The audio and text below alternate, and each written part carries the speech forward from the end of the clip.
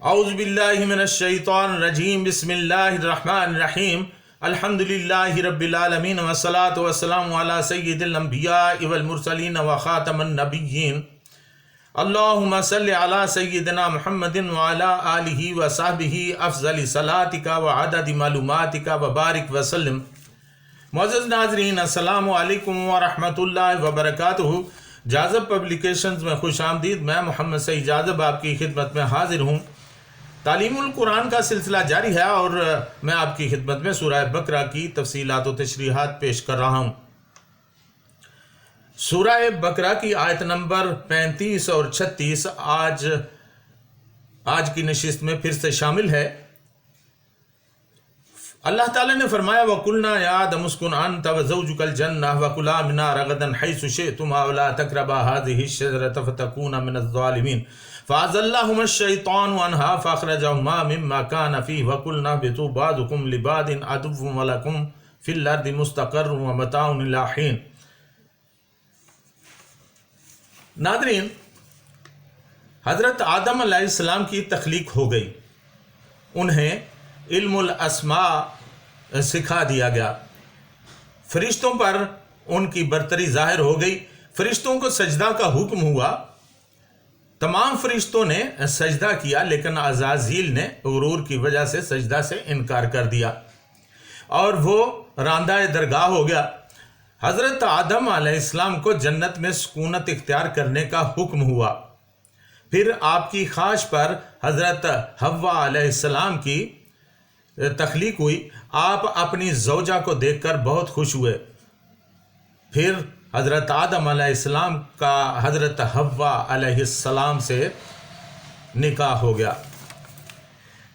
ناظرین، حضرت آدم علیہ السلام کے نکاح کی یہ صورت نہ تھی جو آج ہے۔ اللہ تعالیٰ نے بذریعہ وحی ان کے لیے حل استمتاع یعنی نکاح منعقد ہو جانا جائز فرما دیا۔ نہ گواہ کی ضرورت تھی، نہ ایجاب و قبول کی، اور نہ ہی کوئی نکاح خان موجود تھا۔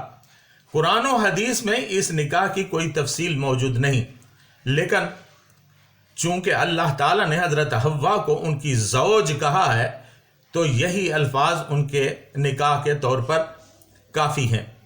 سورہ بقرہ کی جو آیت میں نے تلاوت کی ہے، آیت نمبر 35، اس میں ارشاد باری تعالیٰ ہے وَقُلْنَا يَا آدَمُ اسْكُنْ أَنْتَ وَزَوْجُكَ الْجَنَّةَ وَكُلَا مِنْهَا رَغَدًا حَيْثُ شِئْتُمَا وَلَا تَقْرَبَا هَٰذِهِ الشَّجَرَةَ فَتَكُونَا مِنَ الظَّالِمِينَ۔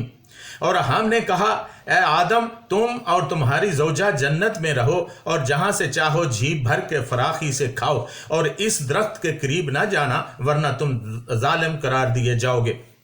اسی طرح پارہ نمبر 8 سورہ الاعراف آیت نمبر 19 میں ارشاد باری تعالیٰ ہے وَيَا آدَمُ اسْكُنْ أَنْتَ وَزَوْجُكَ الْجَنَّةَ فَكُلَا مِنْ حَيْثُ شِئْتُمَا وَلَا تَقْرَبَا هَٰذِهِ الشَّجَرَةَ فَتَكُونَا مِنَ الظَّالِمِينَ۔ اور اے آدم، تم اور تمہاری زوجہ بہشت میں رہو سہو، اور جہاں سے چاہو اور جو چاہو نوش جان کرو، مگر اس درخت کے پاس نہ جانا ورنہ گناہ گار ہو جاؤ گے۔ اس سے ثابت ہوتا ہے کہ ان کا نکاح جنت میں ہی ہوا۔ اب جہاں تک حق مہر کا تعلق ہے، علامہ فقیر احمد الساوی المالکی رحمۃ اللہ علیہ فرماتے ہیں کہ تخلیق کے بعد جب آدم علیہ السلام جنت میں داخل ہو گئے اور انہوں نے حوا کو دیکھا تو ان کی طرف ہاتھ بڑھایا۔ فرشتوں نے ان سے کہا کہ اے آدم، پہلے اس کا مہر ادا کرو۔ حضرت آدم علیہ السلام نے پوچھا کہ اس کا مہر کیا ہے؟ انہوں نے کہا سیدنا محمد صلی اللہ علیہ وسلم پر 3 دفعہ اور بعض جگہ پہ 30 دفعہ لکھا ہے درود بھیجو۔ اور یہ کہا جا سکتا ہے کہ مہر کی شرط بیوی کو نفع پہنچانا ہے، اور جیسا کہ ہم جانتے ہیں کہ اس بات سے حقیقی مہر مراد نہیں، بلکہ حضرت جناب رسول اللہ صلی اللہ علیہ وسلم کی قدر ظاہر کرنا ہے۔ انہی الفاظ میں امام عبد الرحمن بن عبد السلام الشافعی نے اپنی کتاب نزہۃ المجالس جلد 2 میں نقل کیا ہے۔ شاہ عبد العزیز محدث دہلوی رحمۃ اللہ علیہ نے اپنی کتاب تفسیر عزیزی میں بھی یہی بات لکھی ہے کہ حضرت آدم علیہ السلام حوا علیہ السلام کا مہر آقا دو عالم پر 10 دفعہ درود شریف پڑھ کر ادا کیا گیا۔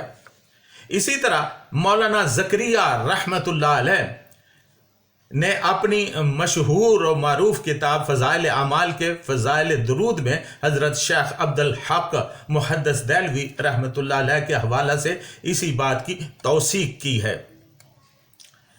ناظرین، حضرت آدم و حوا علیہم السلام کون سی جنت میں تھے؟ آئیے اس بارے میں تھوڑا سا جانتے ہیں۔ علماء کے درمیان اس بات میں اختلاف ہے کہ آدم علیہ السلام کو جنت میں ٹھہرایا گیا تھا وہ آسمان والی جنت ہے یا وہ زمین کا کوئی باغ ہے۔ راویوں میں اکثریت کا یہ فیصلہ متفقہ فیصلہ ہے کہ آیت وَقُلْنَا يَا آدَمُ اسْكُنْ أَنْتَ وَزَوْجُكَ الْجَنَّةَ میں الجنہ کا الف اور لام کی حیثیت عمومی یعنی معہود لفظی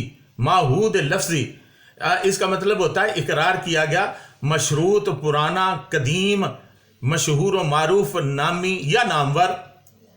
یہ معہود لفظی نہیں جس کا مطلب جنت سے مراد نظروں سے پوشیدہ ہوگی، جبکہ یہاں اس کی حیثیت معہود ذہنی یعنی وہ اسم نکرہ جو ذہن متکلم یا مخاطب میں معین ہو اس جیسی ہے، جس سے مراد صرف جنت المأوا ہی ہو سکتی ہے، یعنی وہ جنت جس کا محل وقوع آسمان ہے۔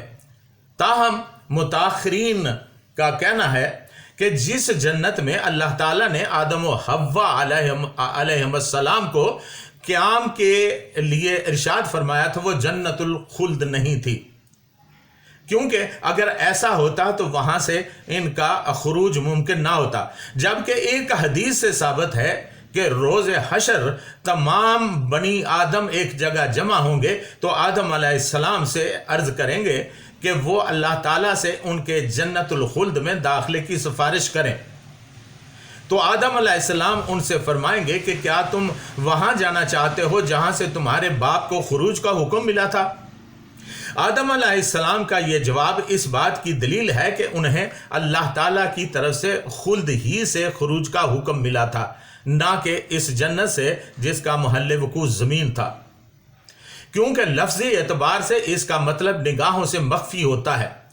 چنانچہ ثابت ہوا کہ جس جنت کا ذکر مندرجہ بالا جو میں نے پہلے بیان کی ہے اس میں آیا ہے، اس سے مراد جنت الخلد ہی ہے جس کا محل وقوع آسمان ہے۔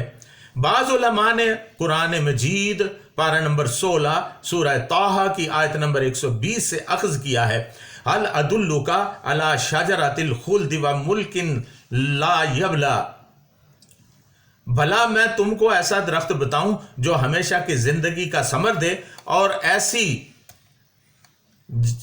بادشاہت کے کبھی زائل نہ ہو۔ اس آیت میں ہمیشہ رہنے والے درخت کی مثال سے یہ سمجھا گیا کہ وہ درخت جس جنت میں تھا وہ دار الخلد ہی تھی۔ بہرحال جنت کوئی بھی ہو، یہ طے ہے کہ وہ جنت آسمان میں ہی تھی۔ ناظرین، یہ تمام تفصیلات تاریخ طبری قصص الانبیاء البدایہ والنہایہ میں درج ہیں۔